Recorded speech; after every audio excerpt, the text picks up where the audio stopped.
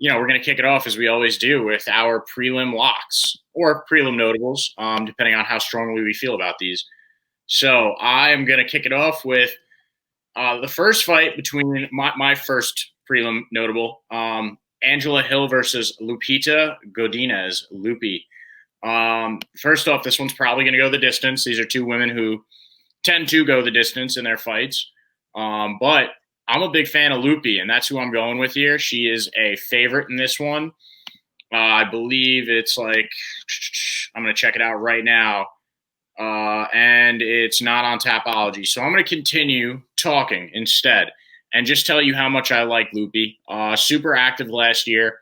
She fought once on like December 9th, then fought December 16th, and then fought again November 20th or something like that. She's super active. And she set a record, I believe, for like the most women's fights in the shortest span of time last year.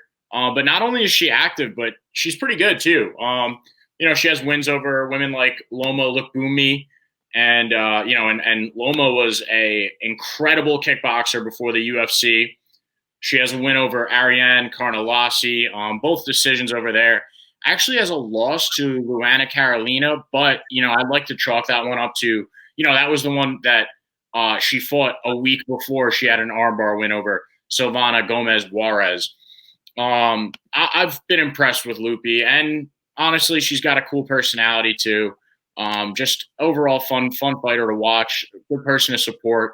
And I will be supporting her this week by taking her as a prelim lock to win by decision. I like that pick a lot. What do you think of that, Tom? And what do you got? Yeah, I know last week, last weekend, or I guess as it is today, yesterday, UFC kind of did us in the John Mahal versus Thiago Santos card about the women's fights going the distance.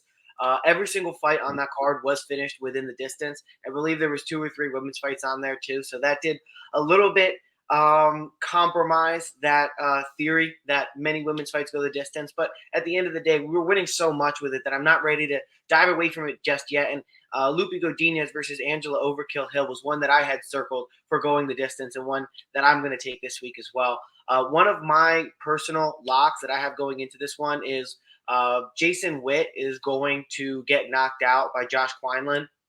The reason for that is Witt, over his last few bouts, has been knocked out quite a bit. And Quinlan is a guy who gets a lot of knockouts. Following his Dana White Contender Series knockout victory, he actually ends up testing positive for a steroid, being suspended 9 months, suspended, I think, or fined about $750. Came back, was supposed to fight last week on the Santos versus Hill card, ended up actually testing positive again for trace amounts of a steroid or performance-enhancing drug.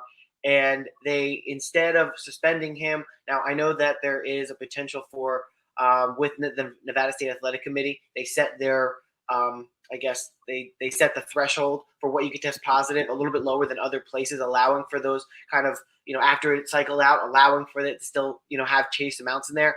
Either way, they ended up, instead of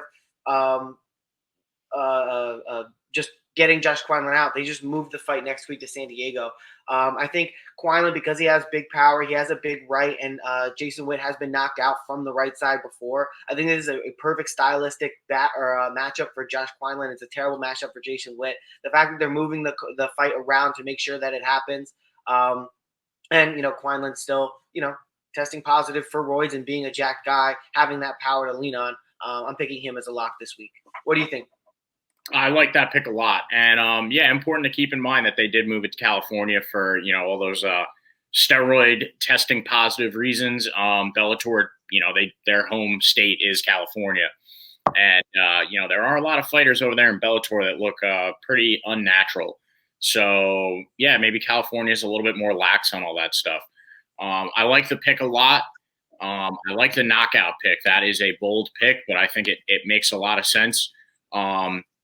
Like you said, Jason Witt has gotten put to sleep quite a few times. So I like that pick. My next one is going to be the Jamaican sensation, Ode Osborne versus Tyson Nam. And I like Ode Osborne. He's like a minus 200-ish favorite in this fight. But, I've been impressed by him in the past. I think he's exciting. He's creative. He's had some fun wins, some fun knockouts. And, Tyson Nam, I just don't think that, stylistically, competition-wise, he really brings the same things to the table as, an Ode Osborne and the guys that Ode Osborne has fought. He had a loss to Matt Schnell, split decision. Now, while Matt Schnell is, he's solid, and we've had, some fun experiences with him. If you want to be something in this division, you've got to beat Matt Schnell. Other than that, he has a couple of losses to some notable names, Sergio Pettis, KKF, but, none of them were really, they didn't really show us anything. And I think Ode Osborne is a guy that's showed us, how creative and how fun and how strong he is in that division. And clearly he showed Vegas something as well to be sitting at a minus 200 favorite. Don't know if it's, how it's going to end, but I do like the Jamaican sensation as a parlay leg for this weekend. What do you think of that one, Senor Tom? Yeah, that one I'm not as high on. I do like Ode Osborne a lot, especially, in the post-fight. Ode. I think he's really, really fun. I think he's got a fun style. That being said, both of these guys knocked out Zaruk Adeshev. That's the guy that, Ode had kind of stamped his name and put himself on the scene for. That being said, I'm just a little bit nervous about some of the speed coming back from Tyson Nam and, the experience. His last losses, he does have the loss to the split decision over Matt Schnell.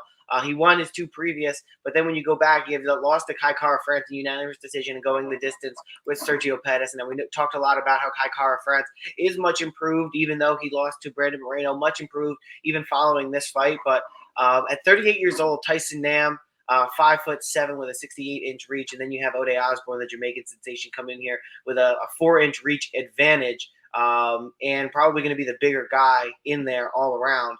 At 30 years old and being younger, I think he's definitely the safer pick. Now, are you taking this one as what you would call a lock? This is more of a notable, personally. Yeah, okay, definitely more of a notable in this one. Yeah, I would definitely tend to lean a little bit more on the notable side. That this is going to be interesting and a good test for Ode Osborne. He beat a guy like Tyson Nam after being in the UFC for a little bit. At 38 years old, it's not the best version of him potentially, but what he lacks in maybe physical attribute can make up for with experience there. So for those reasons, yeah, I'm with you. I think Ode Osborne's going to take this one, and it's definitely one that I would watch regardless of the outcome. The experience is definitely on Nam's side, but the age is on Ode's side, and I think the power is on Ode's side as well. You got any other prelim notables, locks that you want to send our way? Yeah, there's actually one more that I wanted to go ahead and talk about, and that is Martin Boudet and his fight against Brzezinski, really Lukasz Brzezinski, I believe it is, taking on Martin Boudet in what I believe is going to be the main event of the undercard. Now, Brzezinski, I've been a little bit concerned about his previous the competition he's faced. Coming into this fight, they have him at a 78-inch reach versus Boudet's 77-inch reach. These guys are going to be largely very similar, except for the fact that Boudet is much, much bigger in terms of his frame, coming in at 265 pounds in the last fight, and Brzezinski at 235. So I think Boudet is a lot bigger, and I also think he's a lot better of a fighter all around. Brzezinski, I know we just talked about Josh Quinlan and the roids, but Brzezinski got off seemingly the roids prior to his UFC debut on the Dana White Contender Series. Knocked out his he rear naked choked Dylan Potter, and then following that was actually switched over to a no contest because he still popped for, like I said, those trace amounts. A little bit of a view of the disparity of like what the UFC will show like somebody who they think is going to be a top contender and just kind of move your fight to the following week in a different state versus, in this case, popping after the fact. I know it's a little bit different, but still popping after the fact, taking away a win from him, which was a finish, and UFC does like finishes. But if you take a look at Brzezinski's like just overall body type from before he was in the UFC and then now when he's in the UFC, it's completely different. He was ripped. He looked like he was carved from wood. He was a solid looking guy with a six pack, and now he looks a lot flubbier. He's lighter. I just think that getting off of the sauce. He's not going to have some of the success that he's had outside of the UFC when he was on steroids. And even that, looking at his competition, a lot of them are a little iffy to begin with. Not that Martin Boudet has phenomenal competition, but it's 1-1 after a decent, handful of people, went to a decision with Chris Barnett. I think that would probably be one of the hardest opponents that Brzeski had fought. So moving to that decision where, Chris Barnett kind of just gave up a little bit. Getting the knockout over Lorenzo Hood on the Contender Series, and then overall just his fights before that, fighting people 7-1, 5-3, prior to the UFC. I think Boudet is just overall a better fighter at this point. So I'm going to take him as a lock on the main event of the undercard of UFC San Diego. Solid pick, my man. Very solid pick. I like Boudet in that fight. So we're going to move on up to the main card now. And this is a bit of a, weird one, tough one to pick. Mainly